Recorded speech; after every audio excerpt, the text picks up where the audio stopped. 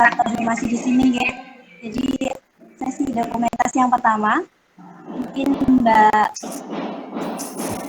Mia bisa persiapan untuk mengambil gambar. Mbak Mia, oke. Mbak Mia bisa diambil gambar terlebih dahulu. Teman-teman diharapkan untuk menyalakan kamera, nggih.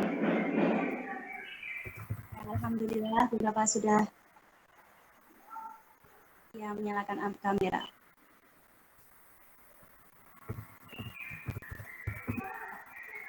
Oke, Mbak Mia, saya hitungi.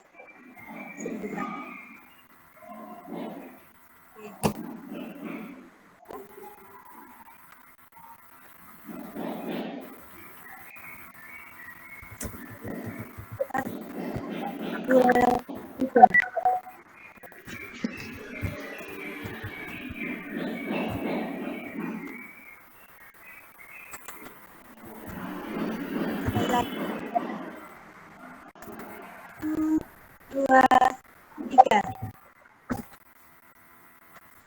Baik, terima kasih kepada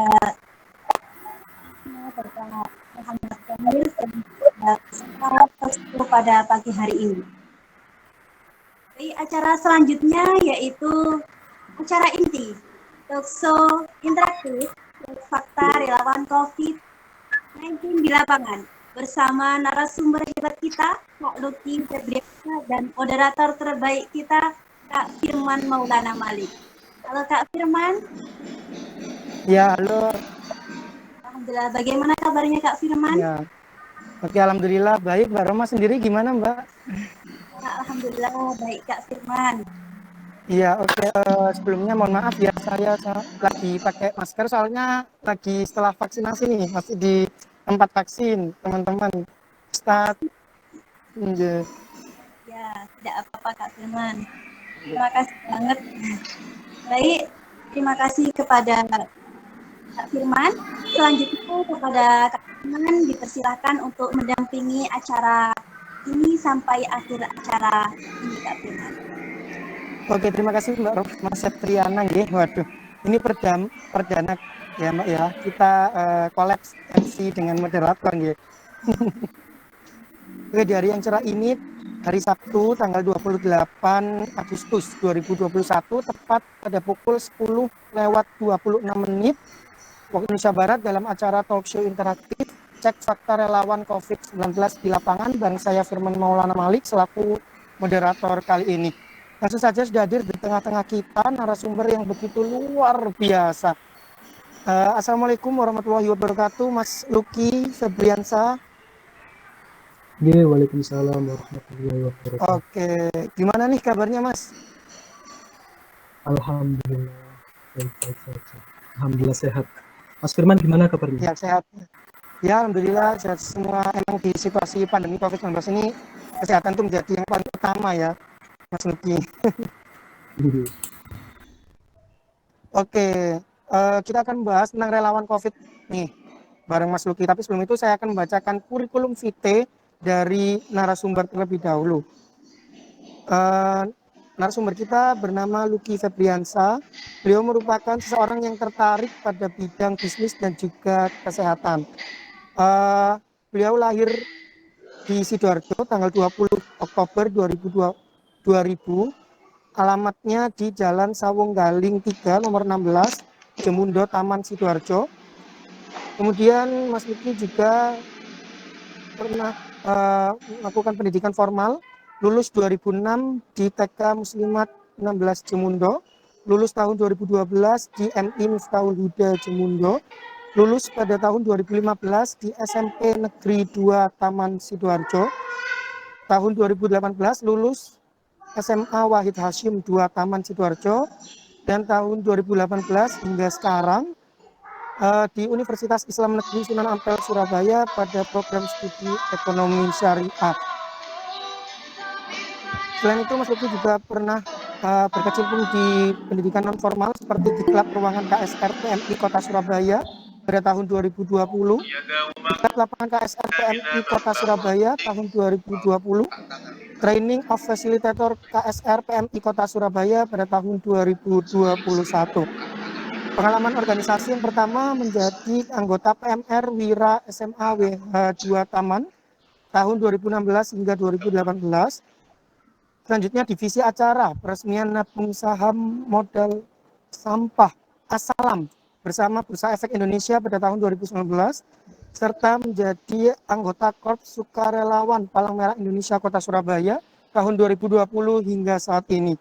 Selain itu juga Mas Lucky Febriansyah ini meraih beberapa prestasi nih teman-teman. Salah satunya yaitu juara 3 kesiapsiagaan bencana Lompamar 18 tingkat provinsi pada tahun 2017, juara 1 kesehatan remaja Balaraja 7 tingkat kabupaten kota tahun 2017, juara 1 kesiapsiagaan bencana Balaraja 7 tingkat kabupaten kota tahun 2017, juara 2 donor darah siswa Balaraja 7 tingkat kabupaten kota tahun 2017, serta piagam penghargaan Wali Kota Surabaya tentang pengabdian diri sebagai relawan kemanusiaan di Palang Merah Indonesia Kota Surabaya tahun 2020. Untuk kontak person bisa menghubungi di 0858 155 90794 atau DM Instagram melalui Lucky_Febriansyah. Wah, luar biasa sekali nih teman-teman. Pasti teman-teman dan juga saya tentunya udah penasaran nih, ingin tanya-tanya lebih dalam seputar relawan COVID-19 yang sesungguhnya itu gimana sih di lapangan. Langsung aja, sekarang Kak Lucky kesibukannya apa nih Kak? Oh iya, sebelumnya mau ngecek nih, suara saya sudah terdengar atau putus-putus dia? Mungkin kurang keras sedikit Kak Lucky. Iya. Iya, sudah terdengar atau masih Oke, sudah putus-putus? jelas. Oke, iya. Baik. Jadi untuk kesibukan saya saat ini, untuk dari segi kerelawanan ya, saat ini saya masih istilahnya masih belum aktif kembali ke instansi organisasi saya, dan karena berhubung saat ini saya di semester 7 yang sedang melaksanakan ini KKN juga sama seperti rekan-rekan. Jadi saya saat ini kesibukannya ya sedang menjalankan kegiatan kampus seperti rekan-rekan. Oke, berarti sibuk sekali nih ya. Sama mungkin ada teman-teman juga di sini yang mengikuti KKN juga dan juga udah termasuk mahasiswa tingkat akhir nih Mas. Saya juga seperti itu, sama juga Mbak Rohmah Septriana nih. Oke, bisa diceritain sedikit nih Mas, gimana sih awal mulanya tergabung sebagai relawan COVID-19? Iya, jadi awal mula saya itu waktu ini bergabung menjadi anggota relawan itu sebenarnya ini sih cuma ingin melanjutkan dari organisasi saya yang sebelumnya, yaitu PMR Palang Merah Remaja, yang mana pada PMR itu sendiri kan kayak membimbing kita untuk menjadi seorang relawan yang tanggap akan kepedulian sesama gitu kan. Jadi saat kalau nggak salah waktu itu saat saya semester 3 itu saya baru bergabung aktif untuk menjadi anggota ini, anggota KSR PMI Kota Surabaya gitu. Oke, berarti semuanya berkaitan dengan kemanusiaan gitu ya Mas ya. Iya. Oke, apa aja sih Mas klasifikasinya seorang relawan COVID-19 secara kan yang saya atau mungkin teman-teman di sini juga sudah tahu kan ya bagian dalam mengurusnya gitu. Apakah ada Mas pembagian seperti itu? Ya, sebelumnya mungkin ini ya mengenal lebih dalam lagi mengenai relawan. Apa sih relawan itu? Mungkin dari teman-teman sekalian itu kan hal pertama yang terlintas dalam benak rekan-rekan sekalian itu, mungkin relawan itu orang-orang yang membantu saat terjadinya bencana gitu kan ya. Terus Oke. seperti evakuasi korban atau membantu kebutuhan dasar mereka yang terkena atau terdampak bencana di tempat evakuasi atau di rumah masing-masing. Nah, dari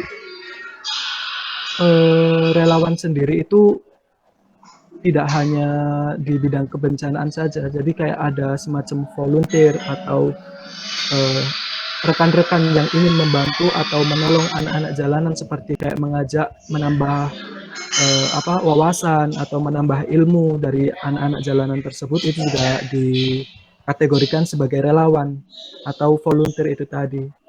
Jadi untuk lebih khususnya relawan COVID-19 ini itu kan COVID-19 ini itu kan sebagai bencana alam ya, bencana alam yang terjadi secara alami gitu kan ya. Iya, wabah gitu. Kalau menurut saya ya, jadi kalau menurut saya itu relawan itu ini sepadan dengan kata sukarelawan yang artinya orang tersebut itu melakukan sesuatu dengan sukarela tanpa karena ada paksaan atau mencari atau mengincar suatu imbalan berupa uang atau gaji gitu kan ya. Terus jadi kalau secara bahasa relawan itu memang orang yang bekerja secara sukarela organisasi tertentu tanpa menginginkan atau melibatkan uang sebagai imbalan atas kerjanya itu tadi. Jadi mereka melakukannya sepenuh hati untuk membantu dan menolong sesama. Itu Mas Teman. Lalu untuk klasifikasi mengenai relawan sendiri yang telah disebutkan oleh Mas Firman. Jadi untuk klasifikasi relawan itu ini ya kayak ada bagian-bagiannya untuk khusus relawan COVID-19 ya.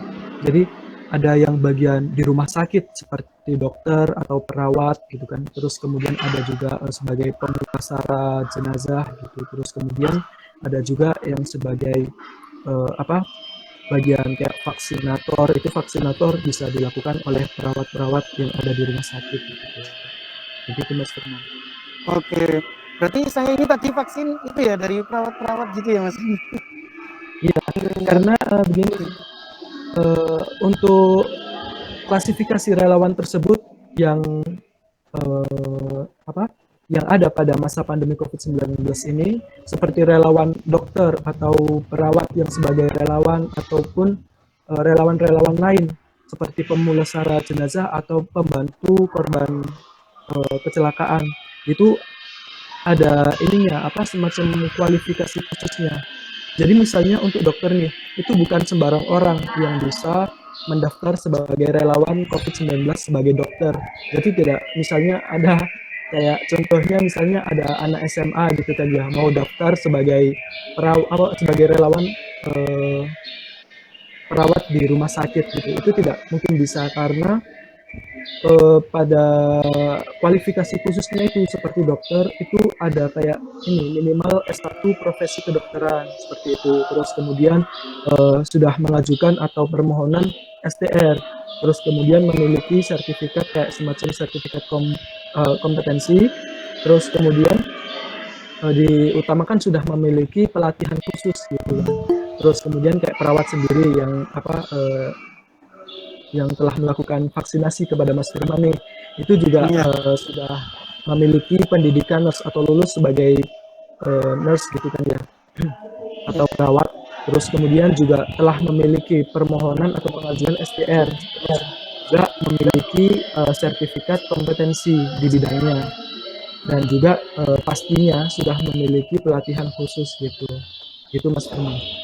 Oke, berarti nggak takut nih ya, udah ditangani pada ahlinya gitu ya, Mas Luki. Ya benar. Oke, nah dari berbagai macam divisi nih, Mas Luki termasuk salah satu relawan COVID-19 yang bagian mana, Mas Luki? Oh ya, jadi pada instansi saya di PMI Kota Surabaya itu ada semacam unit markas dari Korps Sukarelawan, jadi sebagai KSR. Jadi KSR ini itu semacam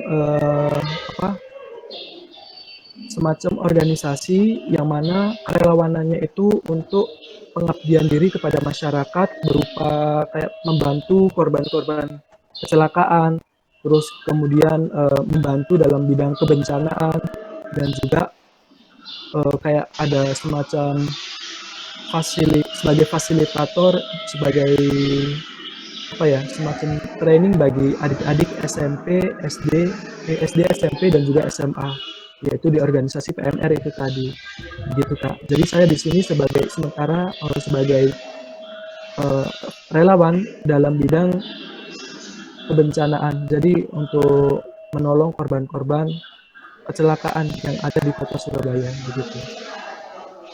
Oke, kira-kira nih Mas Luki, menjadi seorang relawan itu apakah ada semacam kontrak kerjanya gitu? Kalau kontrak kerja itu ya ini Mas Firman, apa tergantung dari organisasi atau instansinya. Kalau di organisasi itu kan mungkin kayak seperti organisasi-organisasi lainnya seperti di UKM atau apa begitu kan ya. Jadi kalau di Ya, organisasi itu mungkin minimal harus pengabdian, ini kalau di organisasi saya ya. Jadi minimal itu pengabdian selama 5 tahun. Tapi itu juga bersifat ini saya bersifat apa ya, bebas gitu, maksudnya tidak harus 5 tahun karena di sini kan kita memiliki kesibukan masing-masing gitu kan ya, tidak terpaut tidak hanya terpaut pada organisasi kita tapi juga memiliki kepentingan kepentingan diri kita yang lain gitu kan, seperti kayak bekerja atau apa begitu kan. Jadi kalau misalnya eh, sebelum 5 tahun nih, kalau mau apa, karena ada kepentingan lain seperti bekerja ke luar kota atau apa, mungkin kita bisa mengajukan kayak vakum dari organisasi tersebut. Tapi beda lagi kalau misalnya yang ini yang apa, yang dari instansi-instansi ternama seperti kayak instansi rumah sakit gitu kan ya. Itu kalau misalnya ada kayak seperti contohnya kayak di rumah sakit Dr. Sutomo itu kan pernah membuka tuh lowongan relawan bagi mereka yang ingin mendaftar relawan sebagai transporter dan pemulasara jenazah.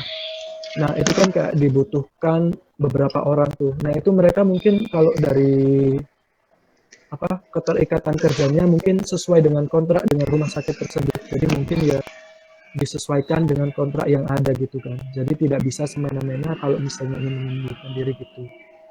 Begitu. oke, berarti sudah terarah gitu, ya, terstruktur gitu ya, Ya, dan lama sekali itu, lima iya. tahun, wow. Berarti tergantung dari organisasi dan di mana tempat kita itu untuk ingin daftarkan diri sebagai relawan gitu ya Mas ya. Iya benar Mas. Oke, nah kira-kira setelah diterima menjadi relawan COVID-19 nih Mas, apakah diberi pelatihan atau pembinaan gitu Mas sebelum benar-benar diterjunkan ke lapangan gitu? Ya tentu saja kalau misalnya sebagai relawan sendiri itu kan kayak ada bidangnya masing-masing seperti kebencanaan atau sebagai relawan kemanusiaan dan juga sebagai relawan sesuai dengan kualifikasi khusus tersebut itu pasti sudah ada pelatihannya sendiri-sendiri. Untuk contohnya dari apa, saya sendiri ini waktu pertama kali daftar itu kan belum ada pelatihan sama sekali, jadi belum ada skill khusus untuk melakukan pertolongan pertama atau first aider pada korban kecelakaan dan lain-lain. Jadi pada awal mula masuk itu setelah daftar ada ini pelatihan khususnya. Jadi pelatihan sebagai anggota XR PMI Kota Surabaya. Jadi di dalam pelatihannya itu sendiri ada banyak kayak semacam pelatihan pertolongan pertama atau first aider gitu. Terus kemudian ada juga pelatihan kebencanaan. Jadi kebencanaan alam di sini itu kayak semacam ada dibagi beberapa macam, yaitu kayak dapur umum. Kayak dapur umum ini tuh kayak melaksanakan apa ya, kayak menyediakan kebutuhan makanan bagi mereka yang terdampak bencana gitu kan. Terus kemudian ada juga kayak sebagai pelatihan fasilitator bagi adik-adik PMR di SD, SMP maupun SMA. Begitu Aduh. Kak Firman. Oke, luar biasa. Berarti Iyo, Mas Luki ngecat ini engkau memang pertama habis kayak nganu. kerja Kayak abele cek tukang PP, hadra dito. kerja menjadi relawan Kayak sampai COVID-19 situ nih ada ya, nelpon. PP pulang pergi gitu atau gimana Mas? Oh. Ya, kalau kalau ini ya, kalau menjaga posko sebagai apa, first Hmm? aider di kota Ya, Surabaya yang membantu korban-korban kecelakaan itu, yang melakukan penolongan pertama bagi korban kecelakaan itu, Itu ini sih, kalau saya PP. Tapi kalau sebagai dulu waktu menjadi relawan COVID-19 sebagai ini apa sebagai apa eh, relawan yang desinfektan, kalau mungkin teman-teman dari Surabaya tahu atau mungkin dari wilayah lainnya tahu, kayak ada semacam gunner penyemprot yang ada di jalan-jalan itu, Oh iya kayak tahu. ya ya kayak itu dulu saya Eh, pernah melakukan atau program kerjanya itu melakukan desinfektan di kota Surabaya. Nah itu ini ada asramanya. Jadi kita di situ selama tugas atau masa tugas itu menginap atau tinggal di asrama yang ada di Kebomas kalau nggak salah itu. Di Kebomas Pusdiklat PMI Jawa Timur. Tapi kalau untuk menjaga posko, untuk pelayanan ambulan atau pelayanan pertolongan pertama bagi korban kecelakaan, itu saya PP. Dari shift saya itu kalau misalnya sudah selesai, saya pulang. Gitu. Begitu Mas Firman. Oke. Saya masih ini ingin tanya yang asrama tadi. Berarti berarti untuk sistem Iya. pulang ke rumahnya ini apakah harus menunggu hingga selesai kontrak kerjanya dari itu baru pulang ke rumah atau bisa pulang kapan aja nih Mas? Kalau itu ini ya, selama masa tugas itu ya tetap di asrama itu. Jadi kalau misalnya masa tugasnya sudah selesai, baru kita bisa pulang ke rumah. Jadi tidak semena-mena waktu kita melaksanakan tugas atau tugas itu pulang itu tidak bisa, karena takutnya kan kayak apa tidak maksimal atau mungkin bisa ini apa kayak semacam menyebarkan virus di orang rumah gitu. Oh gitu ya. Nanti juga Iya, kita juga cari amannya juga gitu iya ya Mas benar. ya. Oke, lebih lebih amannya di sana gitu.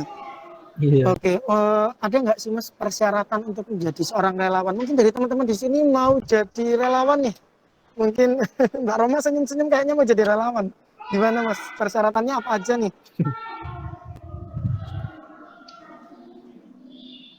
Iya, jadi kalau untuk persyaratan atau apa syarat-syarat khusus, kalau misalnya ingin menjadi relawan itu juga tergantung dari instansi yang ditetapkan. Maksudnya instansi yang ingin dimasuki gitu kan ya, atau organisasi-organisasi lain yang ingin dimasuki. Jadi kalau misalnya untuk persyaratan, contohkan di awal tadi untuk misalnya rumah sakit nih, itu kan kayak ada pemulasaran jenazah, terus kemudian ada perawat pasien COVID-19 dan juga dokter yang menangani pasien COVID-19. Itu ada persyaratannya masing-masing. Contohnya kayak yang di apa di dokter Sutomo itu, ya rumah sakit dokter Sutomo itu, bagi kalau nggak salah saya pernah lihat beritanya itu ada pembukaan lowongan itu ya yang relawan pemulasaran jenazah COVID-19.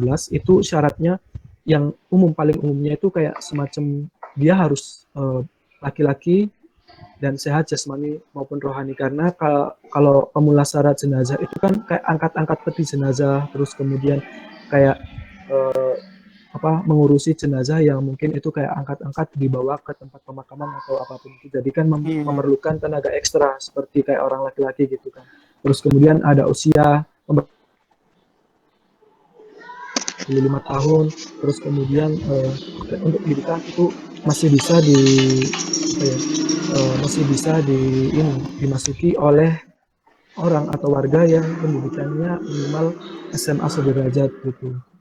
Beda lagi kalau misalnya sudah ini memasuki atau mendaftar sebagai relawan dokter pasien COVID-19, itu kan harus lulus dari S1 profesi kedokteran terlebih dahulu seperti yang saya jelaskan sebelumnya. Terus kemudian kayak sudah memiliki terus ada pelatihan-pelatihan khusus gitu. Namun untuk ini kalau untuk saya pribadi sebagai relawan di organisasi Kepalang Merahan itu mungkin kalau nggak salah dulu itu ya cuma ini persyaratannya cuma fotokopi KTP dan juga foto pas ini foto formal diri gitu. Gitu Mas Firman. Oke, nah itu buat teman-teman mungkin mau menjadi relawan COVID-19 ya, karena memang di di mana-mana bahkan ya, karena virus Iya, corona ini ada di mana-mana, mungkin bisa tuh caranya atau bisa menghubungi Mas Uki mungkin ya teman-teman untuk join gitu. Oke, untuk menjadi seorang relawan Mas, itu kan pakai APD gitu ya, putih-putih, alat hmm. pelindung diri gitu. Nah, itu datangnya dari mana ya Mas kalau boleh tahu? Kalau ini ya, kalau saya tahu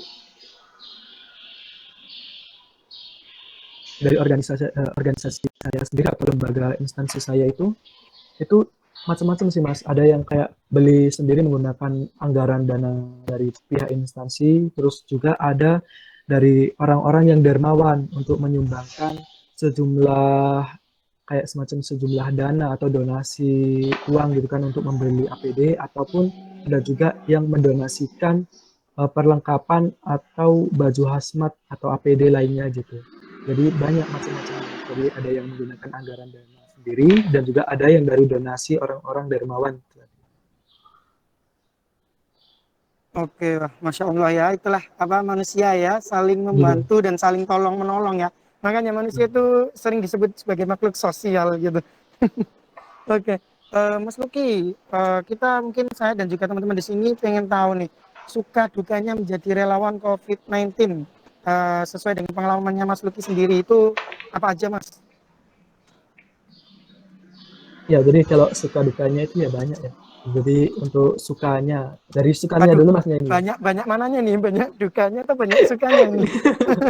Ya, jadi untuk sukanya dulu nih. Jadi untuk sukanya itu Oke, kita bisa kayak memiliki rasa kebanggaan sendiri gitu. Jadi kayak apa kayak rasa bangga bisa menolong sesama gitu kan. Terus kemudian juga apa memiliki pengalaman lebih gitu. Terus mungkin juga bisa menambah relasi gitu. Relasi teman atau relasi apa kayak relasi dari organisasi-organisasi lain gitu. Jadi dari sukanya ya itu tadi sih. Jadi kita bisa ada kayak rasa bangga untuk diri kita sendiri karena bisa melakukan apa yang mungkin apa ya, mungkin kayak bagi orang-orang tersebut itu mereka membutuhkan banget bantuan gitu. Terus kemudian kita bisa menolong itu kita ada rasa. Terus kemudian untuk dukanya nih, untuk dukanya ya mungkin kalau dari saya sendiri eh, banyak mungkin ya kalau misalnya waktu kita melakukan apa ya melakukan penolongan pada korban kecelakaan atau menolong korban-korban bencana itu kalau melihat mereka kayak ya mohon maaf maksudnya dalam kutip kita sudah berusaha semaksimal mungkin tetapi mereka dari keselamatan mereka itu kayak sudah tidak tertolong lagi. Nah di situ dukanya jadi kita kayak merasa kayak gimana ya kayak menyesal gitu kayak kasihan gitu. Terus kemudian ada juga kayak dari apa dari mungkin waktu kita menjalankan tugas sebagai sosialisasi COVID-19 gitu kan. Terus ada kayak orang-orang itu kayak ngomong gini, apa sih gini, kayak apa sih COVID lu sudah nggak ada gitu kan. Walaupun mereka bilang kayak gitu itu kan dalam kondisi COVID ini memang masih benar-benar ada gitu loh. Terus kayak mereka bilang kayak gitu, terus kemudian kadang itu dari berita atau dari cerita teman-teman saya itu mereka kayak kayak di apa ya kayak dimarahi atau bukan dimarahi sih maksudnya kayak diomongin apa sih mbak apa sih mas covid lu sudah ada gitu kan buat apa gitu loh kayak, kayak gitu mas Firman itu dukanya. oke. Waduh. Yang sabar aja teman-teman relawan gini. Emang Iya, itu ya tergantung dari persepsi masing-masing karena kita kan ada yang percaya, ada yang enggak. Tapi untuk yang tidak masih belum percaya COVID itu ya tolong itulah karena memang ya sangat disayangkan sekali gitu.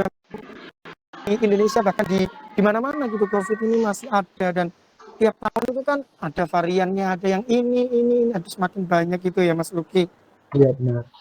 Oke, Mas Luki selama menjadi relawan COVID-19 ini awalnya itu untuk jam kerjanya nih, memang awalnya itu sudah terjadwal atau gimana Mas Luki? Oh iya, mohon maaf Mas Firman, ini suara saya dari tadi putus-putus atau gimana ya? Ya Atau sedikit lancar atau putus-putus gimana? tapi jelas kok. Oh ya, ya mohon Oke, maaf karena di sini terkendala ini sinyalnya gitu. oke. Ya, Ya, jadi lanjut Mas untuk Luki. ya, ya, gimana tadi Mas Firman? Untuk jam kerja, nah itu semacam ditawari biasanya kan untuk menjadi relawan itu kan ini ada ini, jadi saling tunjuk siapa yang kosong, ayo langsung berangkat gitu, atau memang sudah ada jadwal jam kerjanya gitu, terstruktur gitu Mas. Ya, jadi untuk daftar jam atau jadwal tugasnya itu tergantung sih. Jadi kalau misalnya di instansi mungkin dari rumah sakit itu beda dari organisasi ya. Jadi kalau yang instansi rumah sakit itu mungkin sudah ada jam kerjanya seperti shift 1, shift 2, shift 3 gitu kan. Nah, Oke. terus kemudian untuk organisasi saya sendiri atau instansi saya ini itu ini apa kalau untuk yang posko pelayanan ambulan itu ada shift 1 sama seperti kayak apa ya, shift 1, shift 2, shift 3. Jadi dari beberapa shift itu tadi sudah ada penjaganya masing-masing dan itu bergantian begitu Mas Firman. Lalu mungkin Oh, untuk kayak ya, lalu untuk kayak eh, untuk yang kayak masa tugas atau pemberian tugas untuk berangkat kemana nih untuk melakukan apa bantuan bencana gitu kan, terus kayak sebagai relawan COVID seperti dulu saya sebagai relawan COVID-19 yang desinfeksi kota itu. Nah, itu kayak ini ditawarkan dari pihak kepala bidang pelayanan atau eh, bukan dari bidang pelayanan sih apa ya? Kayak semacam kepala bidang kerelawanan. Jadi mereka yang di staff yang bagian kepala bidang kerelawanan itu memberikan ini apa ya, semacam kayak tawaran gitu. Memberikan semacam tawaran kayak ini silakan diisi siapa yang ingin apa siapa yang ingin mengisi tugas-tugas tersebut sebagai relawan COVID gitu kan. Maksudnya relawan di bidangnya gitu. Kayak kemarin kayak bantuan penyebaran PHBS, terus kemudian ada juga kayak penyemprotan desinfektan kepada desa-desa, terus juga untuk pondok-pondok juga, dan juga ini sebagai tugas di apa ya di PMI Jawa Timur itu yang apa penyemprotan kota atau desa itu kayak diajukan silakan diisi list apa list tugas tersebut, jadi kayak misalnya silakan siapa yang pengen ngisi gitu kan, terus kalau misalnya memang benar-benar kayak masih kurang atau masih belum ada yang ngisi itu baru kayak dihubungi gitu, kamu bisa mengisi pada tugas ini enggak, maksudnya sebagai tugas kerelawanan ini enggak gitu. Kalau misalnya bisa ya nanti dibuatkan surat tugas gitu. Begitu Mas Firman. oke, berarti betul-betul gasnya terus kemudian pas hari H itu nggak pakai saling tunjuk sama takutnya tuh dalam bahasa Jawa nih keteteran Iya gitu. benar. Berarti kan sudah terstruktur gitu ya. Iya. Enak, jadi langsung tinggal berangkat jadi sudah ready lah semuanya. Oke. Semakin mendalam Ya. nih kita talkshow-nya nih teman-teman. Nah, buat teman-teman juga yang pengen atau sudah menemukan pertanyaan, kira-kira aku bakal tanya ini. Langsung aja ketik di kolom chat ya teman-teman. Nanti akan ditanyakan melalui saya kepada Mas Luki nanti pada saat sesi tanya jawab. Monggo teman-teman kalau ada yang mau ditanyakan melalui kolom chat gitu. Oke, lanjut Mas Luki. Sekarang kita mau bahas tentang merespon atau menanggapi eh, pemberitaan-pemberitaan seputar relawan atau seputar COVID-19 nih. Untuk yang Iya pertama silakan. Mas Luki, nah kalau relawan sebagai pengantar jenazah nih Mas ya, kalau ada pasien COVID-19 yang meninggal di suatu tempat itu, apakah relawan yang akan menjemput atau bagaimana Mas? Kalau itu kalau setahu saya sih itu tergantung ya, kalau misalnya dari pihak keluarga itu menghubungi rumah sakit, instansi rumah sakit ya pasti yang menjemput dari pihak rumah sakit, yaitu yang bagian kayak penjemputan pasien atau penjemputan jenazah. Tapi kalau misalnya yang dihubungi dari pihak keluarga itu kayak kalau di kota Surabaya itu namanya comment center 112. Kalau misalnya yang dihubungi 112 itu tadi, ya pasti nanti dari organisasi kami atau instansi kami itu kayak menerima dari RIK gitu kan, atau nanti diterima dari HT bahwa dibutuhkan bantuan pengambilan atau evakuasi jenazah yang telah diberitahukan sebelumnya di tempat ini. Jadi nanti dari pihak kami itu yang posko pelayanan ambulan akan berangkat menuju ke TKP untuk mengambil atau mengevakuasi jenazah tersebut gitu. Dan nanti pastinya kalau misalnya dari instansi rumah sakit yang dihubungi lebih dahulu itu kan pasti ya yang ngambil langsung dari rumah sakitnya kan. Tapi kalau misalnya yang dihubungi oleh pihak keluarga itu dari Comment Center 112, ya kalau misalnya dari kami, dari PMI, Posko Pelayanan Ambulan yang mengambil, itu kami juga mengevakuasi jenazah tersebut untuk diantarkan ke pihak rumah sakit, begitu. Mas. Oke. Untuk Comment Center di Surabaya nih Mas, kebetulan saya kan di Surabaya ya. Belum pernah Comment Center itu 24 jam atau gimana Mas? Oh iya, 24 jam dan itu bebas pulsa kalau setahu saya. Oke. Jadi itu Berarti 112 itu tidak, ya kalau setahu saya 112 itu tidak hanya untuk kayak misalnya ada korban kecelakaan nih langsung dihubungi 112, tapi kalau ada kayak semacam kebakaran atau mungkin yang kejadian-kejadian yang memang diperlukan kayak semacam penemuan jenazah, terus kemudian kayak ada orang gila nih, itu bisa bukan orang gila sih, maaf, ODGJ gitu kan sebutannya. Kalau ada ODGJ yang mungkin meresahkan warga, itu bisa menghubungi 112. Mungkin ada bagian-bagiannya sendiri. Jadi dari 112 itu kalau misalnya ada yang menghubungi, nanti disalurkan sesuai dengan panggilannya. Misalnya kalau ada ODGJ yang meresahkan itu tadi, itu pasti yang dihubungi dinas sosial atau dinsos.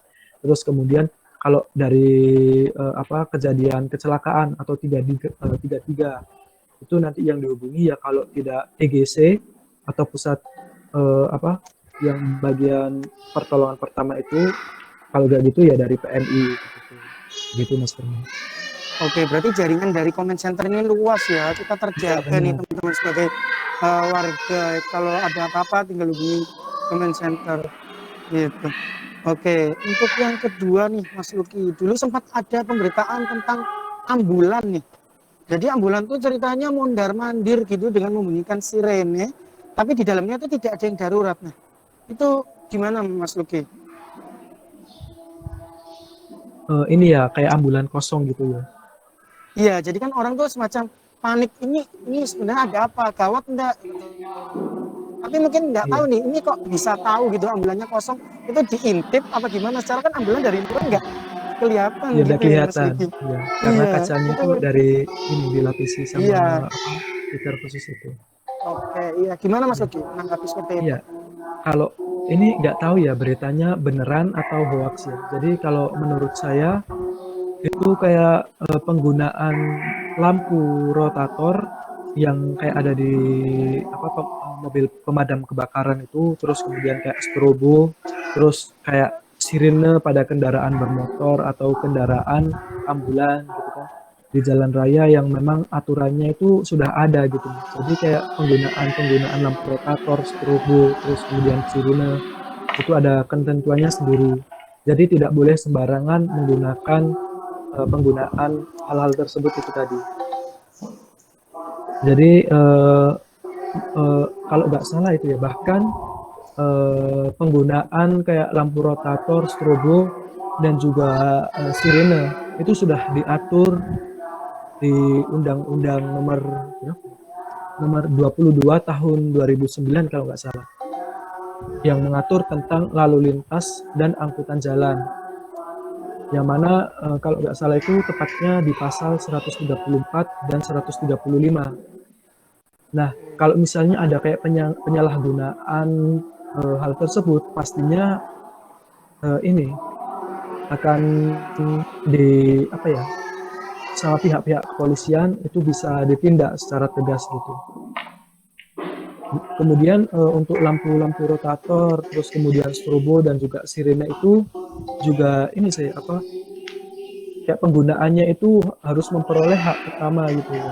Jadi kalau misalnya ada bunyi ini, misalnya kita di jalan, ada bunyi kayak sirine ambulan atau pemadam kebakaran, itu kita harus memberikan jalan bagi mereka gitu kan. Soalnya banyak juga kayak kasus-kasus mengenai ambulans atau pasien yang di dalam ambulans itu tidak bisa selamat atau tidak bisa sampai di rumah sakit atau pihak instansi apa ya kalau namanya itu fasilitas kesehatan secara cepat itu kan takutnya apa ya keselamatan mereka itu kayak nggak bisa ditolong lagi gitu loh. Jadi dari situ mungkin kita bisa mungkin mulai saat ini kita harus sadar kalau misalnya apa sirine dari ambulan ataupun dari pemadam kebakaran itu kita harus memberi jalan. Terus kemudian untuk mengenai berita itu tadi yang kayak ambulan kosong atau mungkin ambulans tersebut menyalakan sirine tapi di dalamnya tidak ada pasien atau tidak ada korban gitu kan ya. Nah itu kalau menurut saya sih ini ya apa tidak mungkin gitu loh kalau misalnya ambulans menyalakan sirene itu tidak dalam kondisi darurat gitu, pasti dalam kondisi darurat. Karena untuk penggunaan sirene itu sendiri kayak apa ya? Sirene itu sendiri itu digunakan untuk apabila kita mau menjemput pasien atau korban ataupun jenazah dan juga mengantarkan pasien, korban ataupun jenazah ke rumah sakit atau pihak fasilitas kesehatan gitu kan. Jadi kalau misalnya ada berita kayak tersebut, oh itu ambulansnya cuma bunyiin sirine biar bisa cepat, biar apa ya, kayak bisa cepat sampai tempat mereka gitu kan, tanpa adanya kedaruratan gitu. Itu sebenarnya salah sih, karena ambulans yang menyalakan sirine itu pasti dalam kondisi darurat. Jadi untuk penjemputan korban, pasien, atau jenazah COVID-19 itu tadi. Dan juga mungkin kalau misalnya apa kayak mereka tahu kalau oh, itu ambulansnya memang benar kalau misalnya beneran ya beritanya bukan hoax, kalau misalnya ambulans tersebut itu menyalakan sirine tanpa tujuan kedaruratan untuk menjemput atau mengantarkan pasien atau jenazah, itu pasti ini sih bisa diusut dan bisa ditindak secara tegas oleh pihak kepolisian begitu Mas Bro. Oke, tapi kalau pada saat menjemput itu kan kosong, itu mungkin pada saat menjemput mungkin ya dengan Iya sirenenya mungkin bunyi, yang mungkin seperti ya, itu. ya mungkin Oke. kayak warga-warga yang melihat itu Iya, kayak yang salah persepsi gitu. iya. Salah persepsi karena mungkin dalam kondisi darurat mau menjemput pasien COVID-19 atau jenazah COVID-19 itu kan kosong. Mungkin terlihat kok kosong nyalain sirine. Itu mungkin mereka sedang melaksanakan tugasnya itu menjemput pasien COVID tersebut gitu. Oke, selanjutnya nih Mas Luki yang ketiga, tanggapan mengenai berita tentang relawan yang di bawah ancaman. Di bawah ya, bukan di bawah teng-tengan gitu teman-teman. Maksudnya di sini di bawah ancaman warga seperti mendapat makian gitu pada saat penjemputan itu pernah nggak Mas Luki? Apa yang Mas Ya, Luki sebagai relawan loh gimana menanggapi hal seperti itu? ya kayak mendapat ancaman gitu ya dari warga atau pihak keluarga kalau dijemput gitu kan, dijemput Iya. karena kasus positif gitu. Ya kalau itu sih ini ya kalau saya sendiri sebagai first aider atau pertolongan pertama itu kan kita melakukan ini relawan yang melakukan pertolongan pertama pada korban yang mengalami kecelakaan gitu kan. Mungkin ada waktu kecelakaan itu mereka kan dalam kondisi parah nih, maksudnya dalam kondisi yang harus ditolong dan juga diantar ke rumah sakit untuk dilakukan penanganan lebih lanjut. Itu ada dari mereka itu kadang menolak gitu kan. Udah aku loh nggak apa-apa gitu kan. Aku nggak apa-apa, nggak usah dibawa ke rumah sakit gitu. Aku bisa pulang sendiri gitu. Nah itu ya kita cuma bisa ini saya meyakinkan kalau memang dia itu benar-benar harus mendapatkan pertolongan lebih lanjut di rumah sakit gitu. Tapi kalau misalnya kita sudah meyakinkan dengan benar-benar dengan eh, tegas gitu kan. Tapi kalau dari mereka dan juga dari pihak keluarga itu kayak menolak, ya sudah gitu kan. Kita cuma bisa oh ya sudah, mohon maaf kalau misalnya ada apa-apa itu ditanggung sama pihak keluarga itu sendiri gitu kan, atau dari pihak mereka sendiri gitu kan, karena tidak mau mendapatkan pertolongan lebih lanjut di rumah sakit gitu. Terus kemudian kalau yang pemaksa apa ya kayak pengambilan jenazah yang kayak mendapat ancaman maksudnya pengambilan penjemputan pasien COVID yang mendapat ancaman dari pihak keluarga atau dari mereka yang menderita COVID-19 itu, ya itu kalau misalnya kita sudah berusaha semaksimal mungkin untuk memastikan dan juga meyakinkan harus mendapatkan pertolongan lebih lanjut, tapi mereka menolak, ya sudah itu menjadi resiko mereka sendiri gitu kan. Dan juga pasti kan ini ya, kalau ya namanya warga Indonesia kan ya, kalau misalnya di sekitar rumah kita ada orang yang terkena positif COVID, terus kemudian dia sudah dijemput nih sama pihak rumah sakit, terus kemudian sudah maksudnya dijemput itu untuk mendapatkan pertolongan lebih lanjut gitu kan, terus mereka menolak, pasti kan warga-warga desa atau tetangga-tetangganya itu juga membantu atau meyakinkan orang tersebut supaya bisa untuk dibawa ke rumah sakit gitu kan ya, maksudnya untuk bisa mendapatkan pertolongan lebih lanjut gitu agar tidak menyebar di satu desa itu tadi, seperti itu sih kalau setahu saya.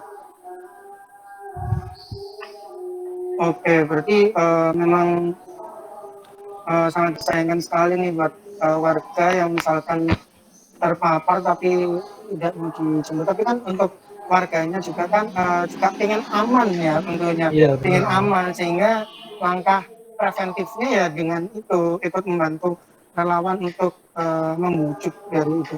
Ya, meyakinkan agar bisa dibawa ke tempat yang lebih pas, aman.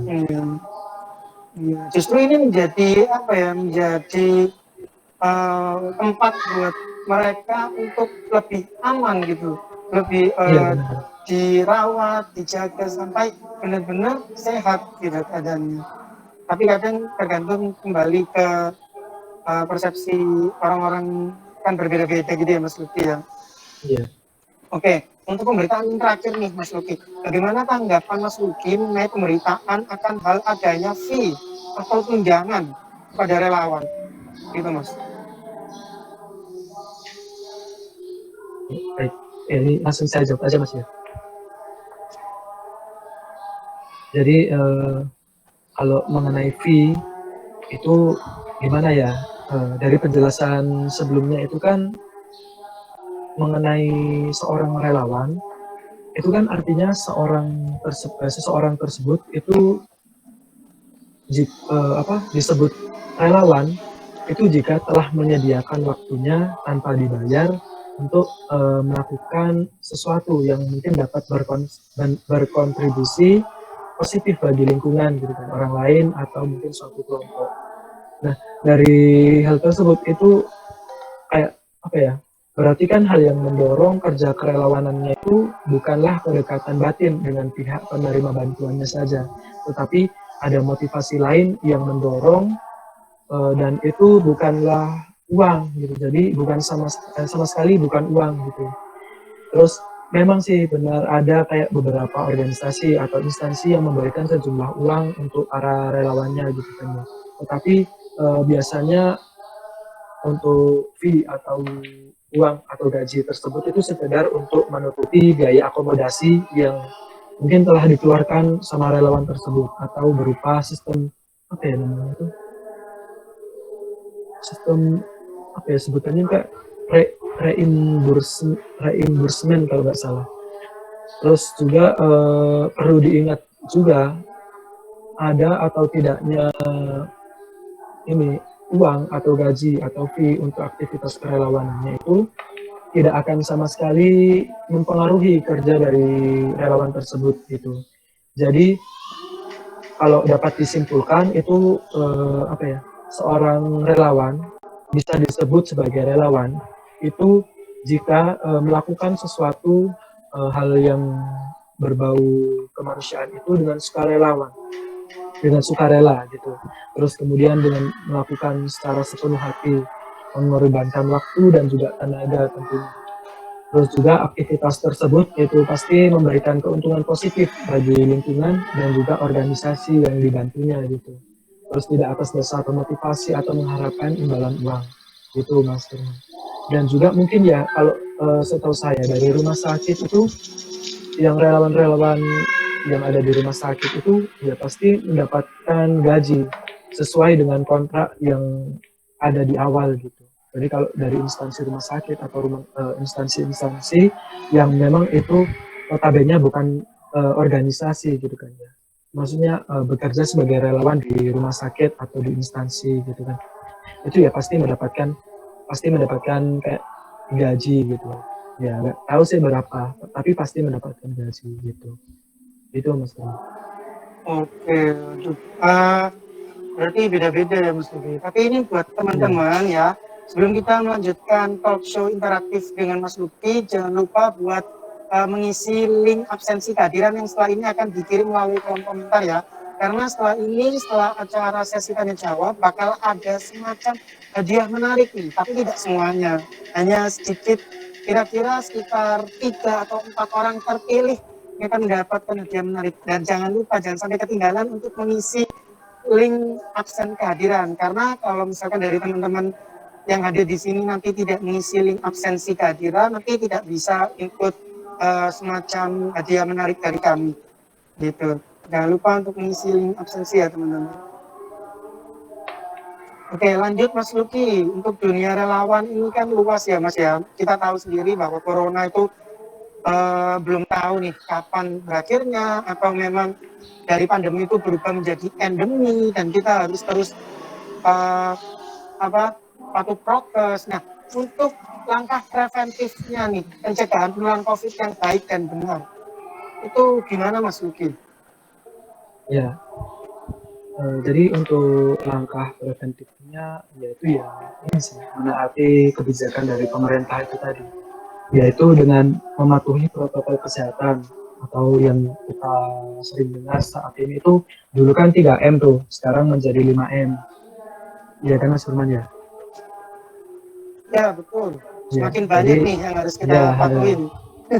jadi sebelumnya kan cuma memakai masker, 3M itu kan memakai masker, terus menjaga jarak dan juga mencuci tangan dengan Iya.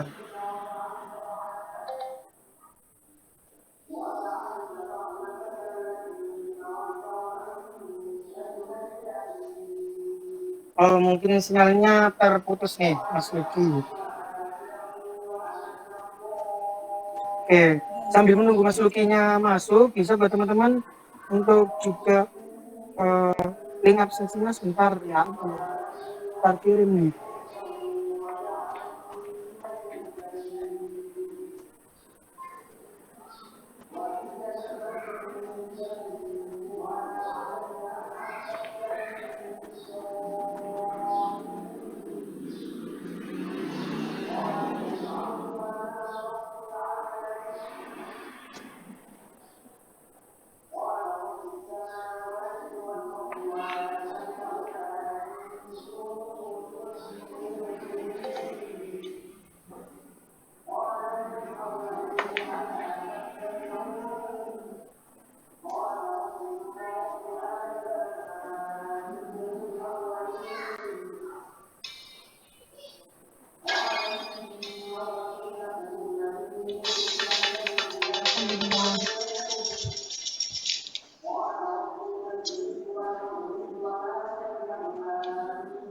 Nah, sambil menunggu Mas Luki join, udah terkirim link absensi untuk teman-teman, bisa untuk segera mengisi link absensi kehadiran, karena nanti akan kita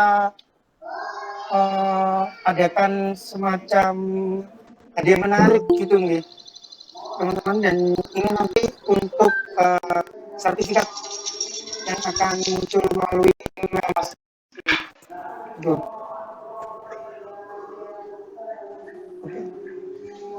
Halo? Ya, ya Mas Iya, Luki bisa iya, ini sudah mendengar? bergabung ya. Oke, Iya, sudah dilanjutkan terdengar Mas atau Luki. Sudah, alhamdulillah. sudah ya? Ya, Oke, mohon maaf ya karena di sini jaringannya kurang mendukung. Jadi ya, tadi kan mengenai ini ya, membahas mengenai protokol kesehatan gitu kan selama pandemi COVID-19, yaitu dengan mencuci tangan. Mencuci tangan setidaknya selama 20 detik gitu kan. Mungkin sebelum memasak atau sebelum.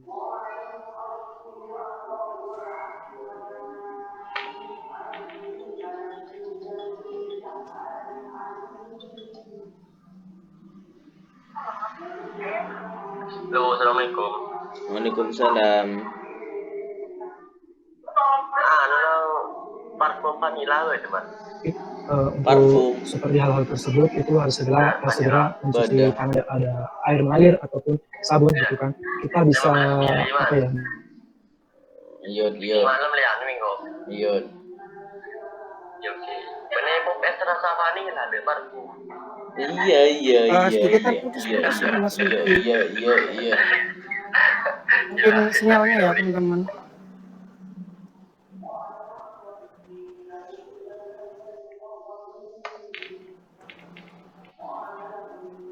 Emang di situasi sekarang ini serba online ya, karena pandemi COVID-19, jadi semua kita alihkan secara online, kerja pun juga WFH gitu kan ya. Nah, tapi tidak menutup kemungkinan juga buat kita untuk selalu produktif, melakukan hal-hal yang positif di tengah pandemi COVID-19 ini, tidak harus keluar rumah, tapi yang di dalam rumah juga bisa, salah satunya dengan mengadakan webinar atau talk show, atau mungkin bikin konten-konten yang bermanfaat, seperti itu teman-teman.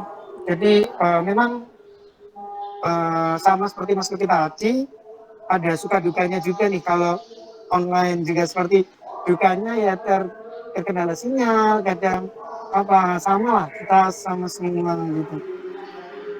Tapi alhamdulillah kuota berkurang sedikit tapi bermanfaat, ilmunya nambah banyak. Oke. Mas Luki sudah bergabung? Ya, ya, Oke, siap. ya, mohon maaf. Iya, Ya, mohon maaf sekali iya. lagi. Oke. Ya, jadi langsung saja saya lanjut nih karena sudah mau ini ya, mau apa menjelang Iya, duhur. Jadi langsung saja protokol kesehatan itu tadi ya, mencuci tangan, rajin-rajin mencuci tangan, terus kemudian memakai masker dengan baik dan benar. Kan sekarang sudah ini kan apa kayak ada berita baru kalau menggunakan masker itu harus double gitu kan iya, ya. iya tuh. Betul. Nah, ya benar. Jadi uh, jadi ini mau saya contohkan ya. Jadi Eh, masker KF94 atau masker KN95 gitu kan. Terus juga iya, ada masker kain. Nah, untuk anjuran saat ini itu kan seperti ini, menggunakan masker double, yaitu tidak dengan masker medis dan juga masker medis, tapi masker medis dibarengi dengan masker kain, gitu kan. Nah, apa untuk karena kenapa diberlakukan peraturan seperti itu? Karena kalau misalnya kita menggunakan masker kain saja, masker medis saja, ini kan seperti ini nih. Nah, di sini kan kayak masih ada ruang kosong, maksudnya untuk rongga di mana virus itu atau droplet bisa masuk lewat lubang ini, gitu kan ya. Walaupun iya, kita sudah memodifikasinya dengan melipat ini atau mengikatnya dengan apa erat-erat seperti ini, tapi itu kan masih tetap ada rongga di samping-samping kanan kiri ini.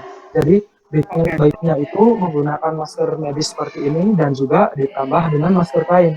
Karena dengan ditambah dengan masker kain ini, efektivitas filtrasi droplet itu mencapai sekitar 85%. Yang mana kita menggunakan masker kain ini di atas masker medis itu bisa menutup bagian samping kanan kiri kita yang terbuka tadi. Dengan seperti ini, itu kan bisa menutup bagian atas, samping kanan kiri dan juga bagian bawah, gitu kan. Terus kemudian dengan menggunakan masker KN95 atau masker KN94.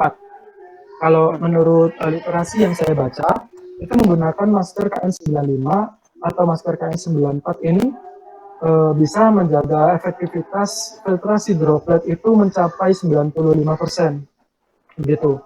Dan penggunaan masker KN95 dan juga masker KF94 itu itu kalau dari sumber yang saya baca itu sudah tidak perlu dilapisi lagi menggunakan masker medis atau penggunaan double.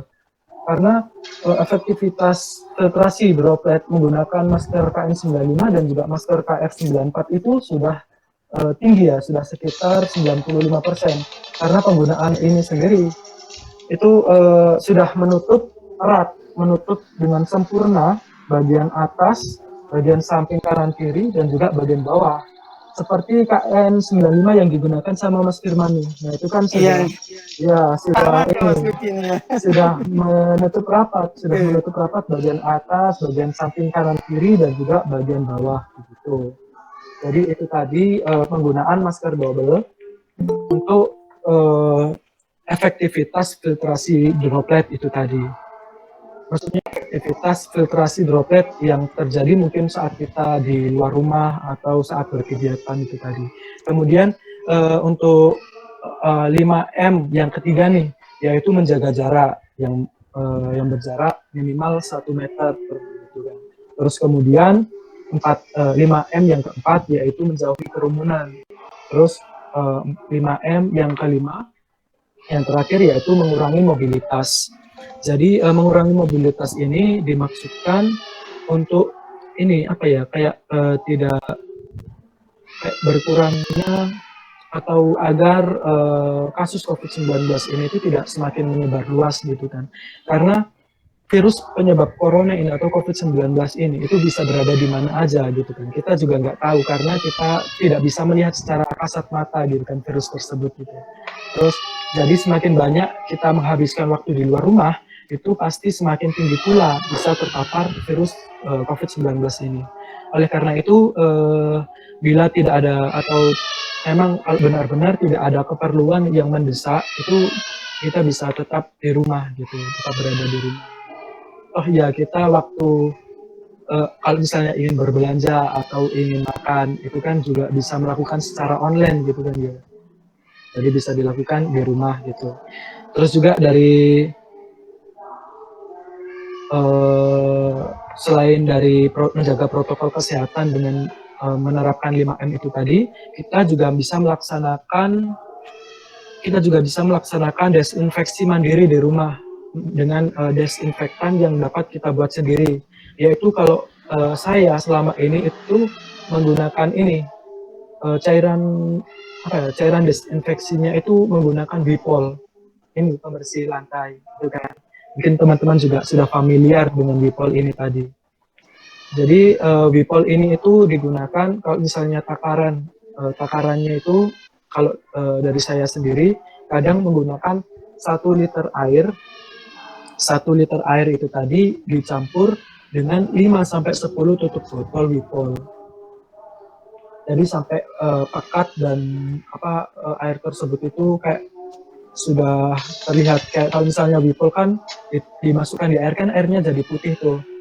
Nah, sampai kayak terlihat pekat itu baru kita bisa gunakan. Nah, penggunaannya sendiri yaitu dengan menyemprotkan ke tempat-tempat atau objek yang mungkin itu sering disentuh seperti gagang pintu, terus kemudian seperti gagang di kursi itu, terus kemudian seperti kayak di dinding-dinding gitu kan ya. Terus kemudian mungkin tempat-tempat lain yang sekiranya itu sering disentuh oleh orang lain atau oleh warga sekitar atau oleh tamu-tamu yang mungkin datang ke rumah kita. Nah, itu dilakukan penyemprotan secara rutin.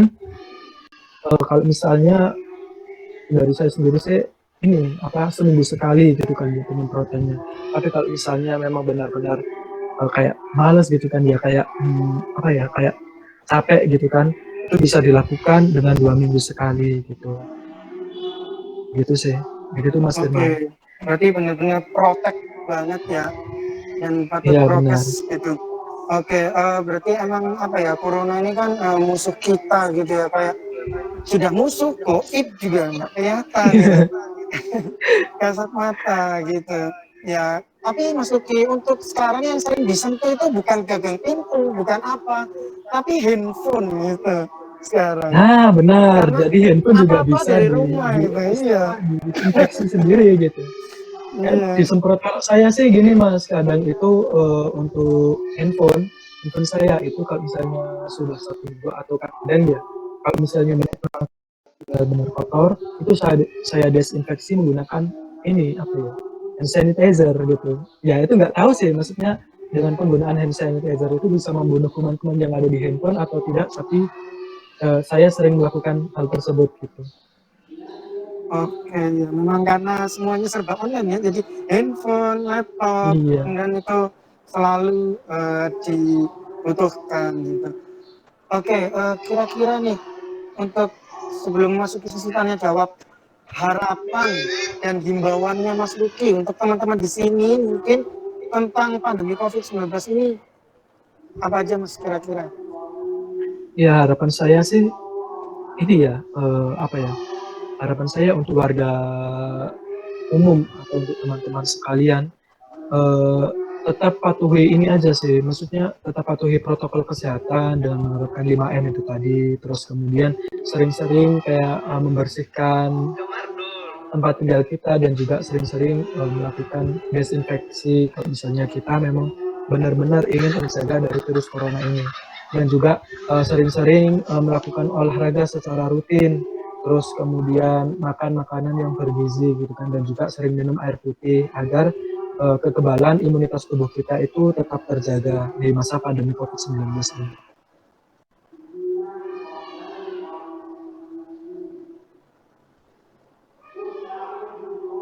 Terima kasih ya, Oke, Mas Luki. koneksinya mungkin ya Mbak Rahma ya. Meskipun waktu sudah siang nih ya, kita tetap semangat nih. Mbak Rahma tetap semangat hari ini? Alhamdulillah. Semangat karena apa nih Mbak? KKN terakhir nih ya. KKN terakhir ya, kita harus ini selesai ini. Ya, sembari yang belum absen bisa mengisi daftar hadir ya. Ya, sembari menunggu Mas Luki gabung kembali nih buat teman-teman yang belum ngisi absensi, eman banget bahasa Jawa nih eman pol. Kalau misalkan nggak ngisi absen, karena habis ini kita ada semacam hadiah menarik, tapi sayangnya kita nggak semuanya nih hadiah menarik, hanya kita ambil sekitar berapa Mbak Rahma, 3 atau 4 orang ya? 4 orang deh. Ya, 4 atau 4 apa 3? Oke, Mas Luki sudah bergabung ya. Buat teman-teman jangan dilewati ya, link absensi wajib. Nanti sertifikatnya biar muncul di email masing-masing. Iya, Mas Firman, tadi sampai mana ya? Oke, sekarang sampai harapan sudah. Sekarang masuk himbauan kepada masyarakat, Mas Luki, tentang apa bahayanya COVID yang masih berkeliaran nih, entah gimana ya, bergentayangan tanpa suara nih. Gitu. Ya, himbauan ini nih agar mudah ini ya, agar tidak terpapar COVID-19 ya. Iya. Ya.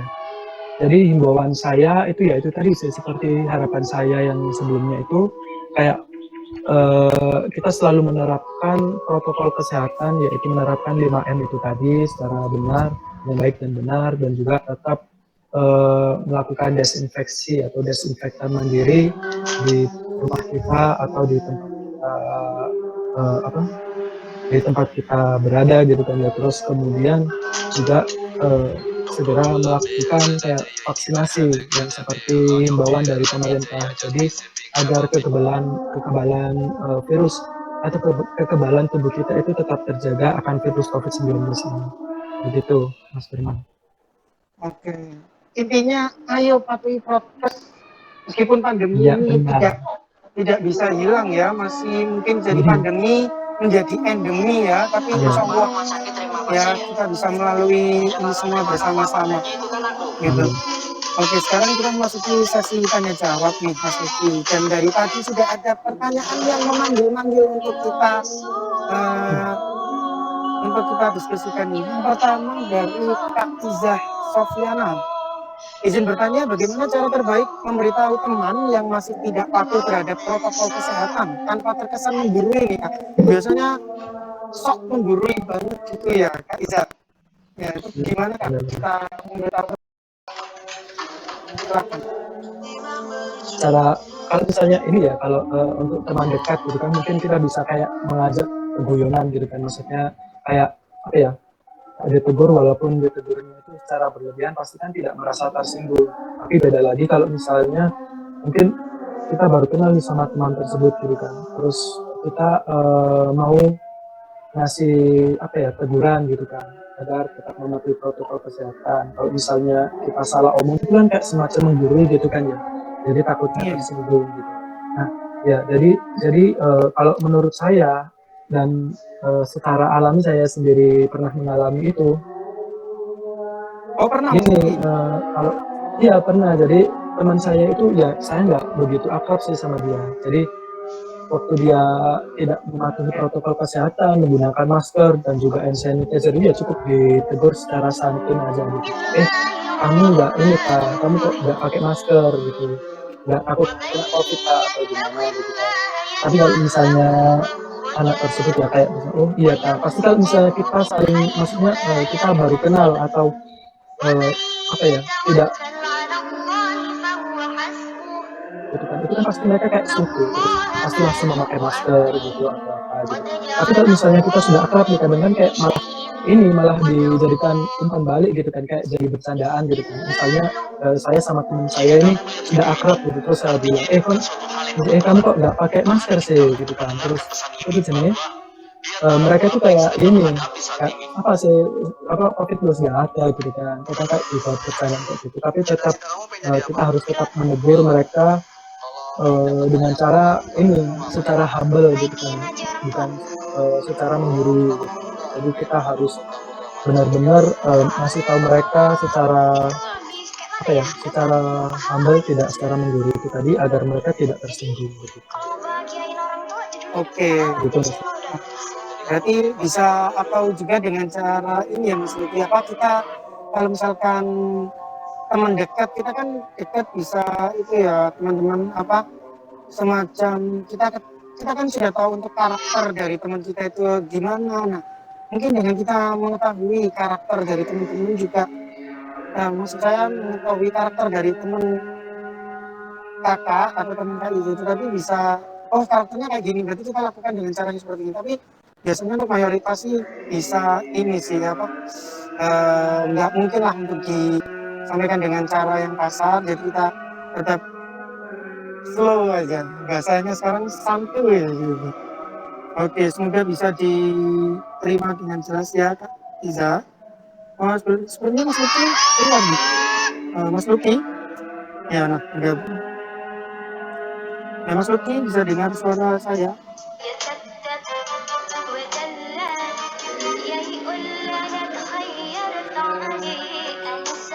Ya sudah bisa Mas. Ini suara saya sudah terdengar ya? Ya, alhamdulillah. Ya, Jelas. alhamdulillah. Oke, untuk selanjutnya yang kedua nih dari ini ada dari Ibu Eti Rahmiati. Itu juga kepada Mas Luki. Sekarang sudah zona hijau dan levelnya itu menurun Mas. Nah, tiba-tiba masyarakat sudah seperti bebas merdeka gitu ya. Karena sudah 17 Agustus bisa lewat bebas merdeka. Nah, terus apa yang harus kita lakukan untuk mengadvokasi mereka agar tidak sebebas-bebasnya gitu? Apakah masih tetap bermasker atau sudah bisa bebas? Karena mengingat kita kan turun, terus banyak zona yang hijau. Nah, itu sudah bisa dikatakan bebas atau gimana Mas Luki? Monggo. Iya, kalau menurut saya sih ini ya, kalau masalah bebas atau tidaknya itu kita kan juga masih belum tahu gitu, karena ini kan virus COVID ini walaupun di tempat kita sudah zona hijau, tapi kan kita pasti, atau tetangga-tetangga kita atau warga-warga di sekitar kita itu kan pasti melakukan kayak bepergian atau ke luar kota atau apa, nanti kembali kan kita juga nggak tahu mereka membawa virus ke tempat kita yang sudah zona hijau itu tadi atau tidak gitu kan. Jadi kalau saran saya, walaupun sudah bebas, kan kita dari awal dulu waktu pandemi COVID-19 masuk di Indonesia itu kan kita sudah menerapkan kebiasaan new normal ya Mas Firman ya. Iya. Ya, jadi dengan kebiasaan new normal itu tadi kita diharapkan sih kalau misalnya kita mau pergi keluar rumah atau apa tetap menggunakan masker, karena kita sendiri juga tidak tahu virus COVID ini memang benar-benar sudah tidak ada atau masih ada gitu kan, karena virus COVID ini juga tidak kasat mata, tidak dapat nampak gitu kan di depan kita gitu. Jadi ya saran saya tetap menggunakan masker dan juga menggunakan hand sanitizer dan juga ini mencuci tangan dengan betul dengan rajin. Kalau nggak salah tadi itu selama ini apa ya, selama 20 detikan gitu kan, untuk membasmi virus-virus yang ada, virus-virus atau bakteri yang ada di tangan kita. Begitu Mas. Oke, nah seperti itu pun juga new normal itu berkaitan dengan protokol kesehatan dari 3M jadi 5M. Apa mungkin ditambah habis ini 6M? Waduh, surga jangan ini. Saya terlalu banyak ini. 6M, 7M, Iya, waduh, 5M banyak sudah terlalu sekali. banyak. Iya, terus dari 5M itu sudah sulit untuk kemana-mana nih. Oke, selanjutnya semoga bisa diterima nih Ibu Eti Rahmiati.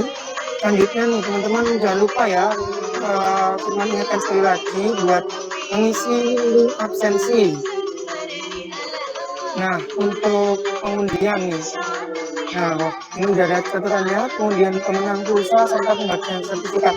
Jadi kalau teman-teman misalkan belum mengisi link kehadiran, nanti tidak bisa mengikuti pengundian dan juga pembagian sertifikat melalui email masing-masing. Oke, selanjutnya ini ada makasih Mas Luki dan moderator sial bisa diterima mungkin. Baik, terima kasih. Jadi dari Pak Galuh Dani bertanya, selama kakak menjadi relawan, bagaimana kakak mengatasi rasa capek dan membagi waktu untuk quality time sendiri selama menjadi relawan saat pandemi COVID-19? Ya.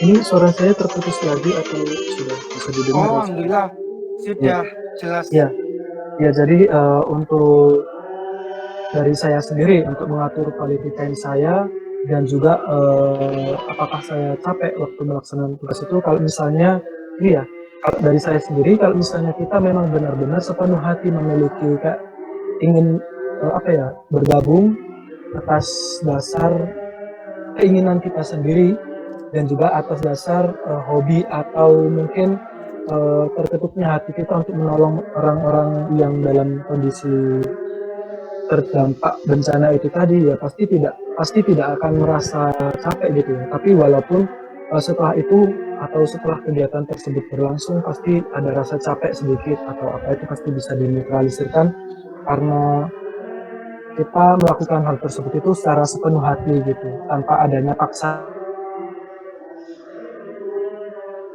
tanpa adanya tujuan jelek lain selain membantu sesama itu tadi. Gitu. Pasti akan merasa terpuaskan saat kita sudah membantu orang tersebut, dan kadang itu saat ya bukannya apa ya, kadang itu kalau misalnya ada orang yang sudah kita bantu dalam kondisi bencana itu tadi, terus kemudian mereka kayak mengucapkan terima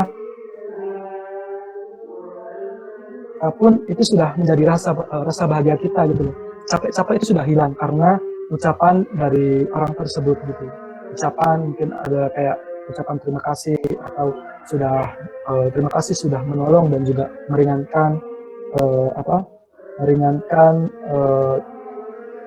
dampak yang sudah terjadi pada mereka gitu. Itu sudah menjadi rasa bahagia sendiri sih. Jadi capek-capek itu sudah hilang gitu.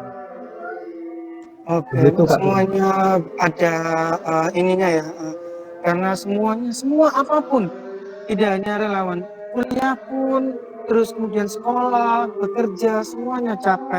Tapi ya apa ya, semuanya tidak akan mengkhianati hasil lah ya. Apapun prosesnya kita lalui aja, kita jalani aja.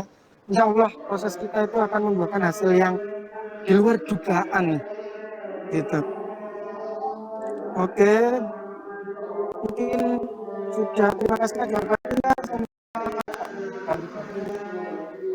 Oke, nah itu tadi sedikit tanya jawab.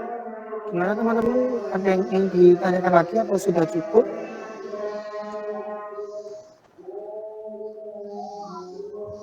Oke, alhamdulillah semua pertanyaan telah terjawab semua ya, Mas Luki. Iya, Mas. Ya, oke, semua absensi telah direkap oleh panitia untuk mendapatkan hadiah menarik dengan cara yang menarik. Karena sudah di-spill tadi ya, pengundian berhadiah itu tadi. Jadi bagi teman-teman yang belum mengisi absensi untuk saat ini berarti mohon maaf sekali tidak bisa mengikuti hadiah menarik dari kami. Sebelumnya saya mau mengucapkan banyak-banyak terima kasih kepada narasumber kita, Mas Luki Febriansa. Iya, Sukses selalu ya kembali Mas kasih, Mas. Luki, tetap semangat menjadi Ya, relawan, menjadi mahasiswa juga. Uh, saya juga selaku moderator mohon maaf kalau ada kesalahan baik perkataan maupun perbuatan yang disengaja maupun yang tidak disengaja. Sekalian pamit undur diri dan saya kembalikan kepada Master of Ceremony Mbak Rohma Septriana. Wassalamualaikum warahmatullahi wabarakatuh. Waalaikumsalam warahmatullahi wabarakatuh. Wah, luar biasa sekali ya. Terima kasih disampaikan kepada Kak Luki Febriansa dan Kak Firman Maulana Malik selaku moderator. Luar biasa sekali materinya. Semoga bisa menjadikan kita semua menjadi relawan ya, relawan yang tangguh, yang siap mengabdi, sukarela. Baik, selanjutnya sesi dokumentasi yang kedua ya kepada Saudara Nur Fatma dipersilakan untuk mengambil gambar. Baik, teman-teman dipersilakan untuk menyalakan kamera terlebih dahulu ya sebelum pengundian hadiah dari panitia. Dipersilakan untuk menyalakan kamera terlebih dahulu. Baik, saya hitungi sampai 3. Oke. Sudah ya. 1, 2, 3. Ya, sekali lagi. 1, 2, 3. Ya, alhamdulillah. Terima kasih atas partisipasinya. Terima kasih disampaikan kepada Mbak Nur Fatma. Alhamdulillah teman-teman setelah mengisi absensi link Takso, jadi panitia akan mengundi hadiah secara acak. Nah, kepada saudari Nur Fatma dipersilahkan untuk membagikan layar undian spinnernya.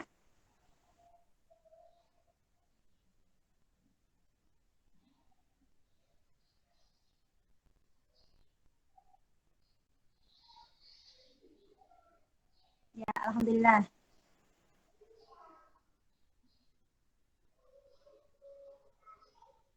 Oke, ini sudah mulai ya Mbak ya? Sudah belum?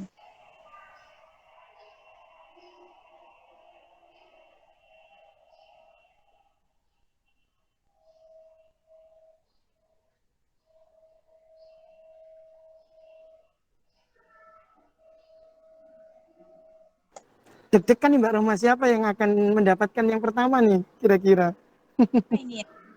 Ya, Nah, dik ini dik dik sudah dik dik dik dik jeng jeng jeng gitu. sendiri mungkin nggak Cak? Oke, Nah, ini sudah mulai berputar. ya berputar berputar.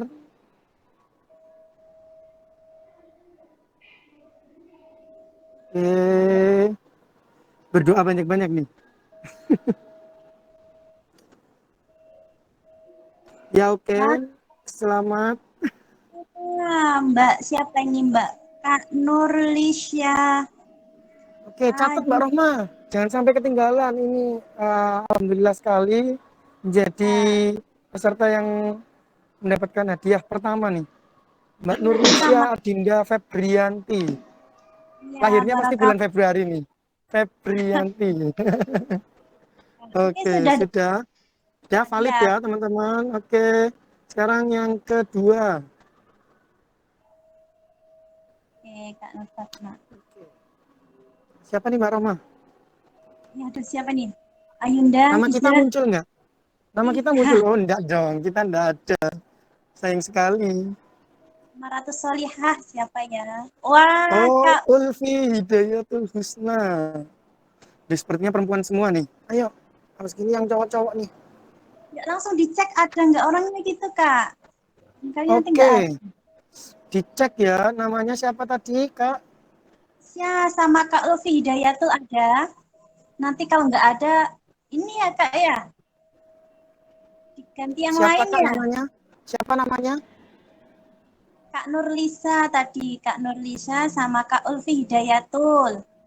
Masih stay. Ada, Kak Nurlisianya ada. Kak Ulfi Hidayatur enggak ada nih Kak. Wah, Oh, sepertinya gugur nih. oh iya, kalau nggak ada berarti gugur ya. Masih kurang Ya, tiga lagi. Oke, ya. coba ya Kak Nur Fatma bisa mengulangi lagi. Oke, ini berarti masih undian untuk yang kedua ya Kak ya. Iya, betul. Oke, siap. Boleh diputar lagi. Putar Nah, mau terus. kuning hijau. Putar terus. Siapakah yang mendapatkan? Wah, wah, wah. Waduh, Rifandi, Maisal. Wah, selamat nih Kak Rifandi mendapatkan hadiah dari kita ya. Kak Ada ya? Rifandi. Ya, terima kasih. Kak Rifandi ini ada nih teman saya kebetulan. Alhamdulillah. Ah, dasar. Rezeki, alhamdulillah. Ya, lanjut ke Oke, pemenang ya. pemenang ketiga. Ya, Diputar. merah, kuning, hijau. Saya pilih biru Kak Firman. Oke, Oh, saya pilih oh. merah. Merah. Mbak Susilowati, alhamdulillah, alamin, Enggak nih. mendapatkan hadiah. Sepertinya nggak asing gitu ya namanya Mbak Susilowati nih. Iya kok Ada nggak bener. Mbak Susilo?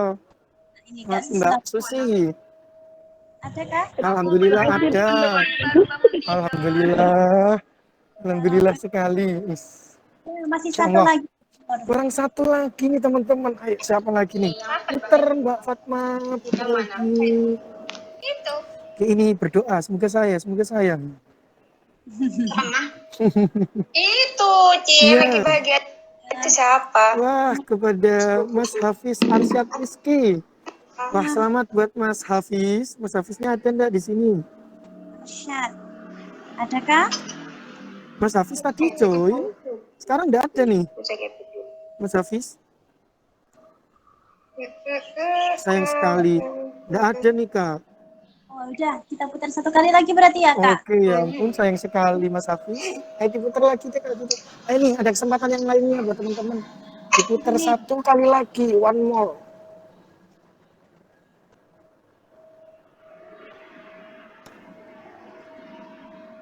Putar-putar.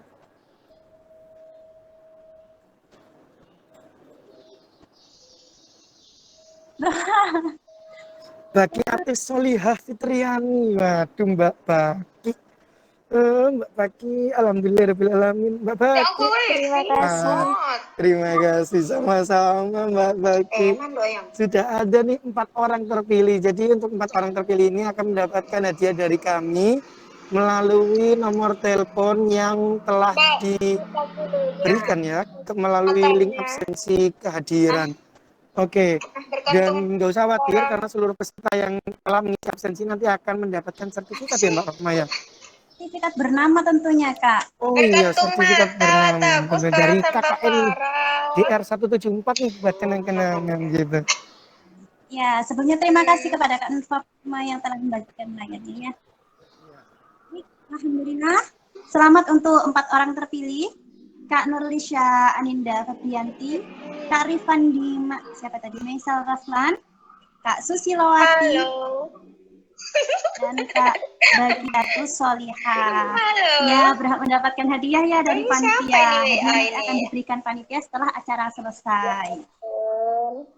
Baik, menepati penghujung acara nih, yakni penutup. Marilah kita akhiri acara pada hari ini dengan bacaan hamdalah bersama-sama. Alhamdulillah. Alhamdulillahirabbil alamin.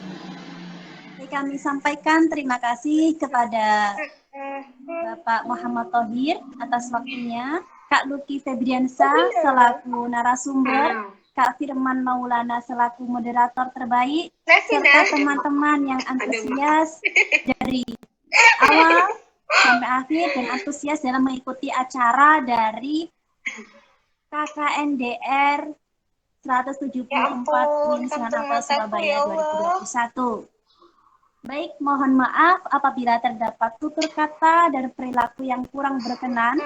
Saya Rohma Septriana dan panitia pelaksana mengucapkan terima kasih dan mohon undur diri. Wallahu muwaffiq ila aqwamit thoriq. Wassalamualaikum warahmatullahi wabarakatuh. Aku sakit, kamu gak mau jemput aku. Waalaikumsalam warahmatullahi wabarakatuh. Waalaikumsalam warahmatullahi wabarakatuh. Mohon izin saya Kita. Ya, Mas Luki, terima kasih.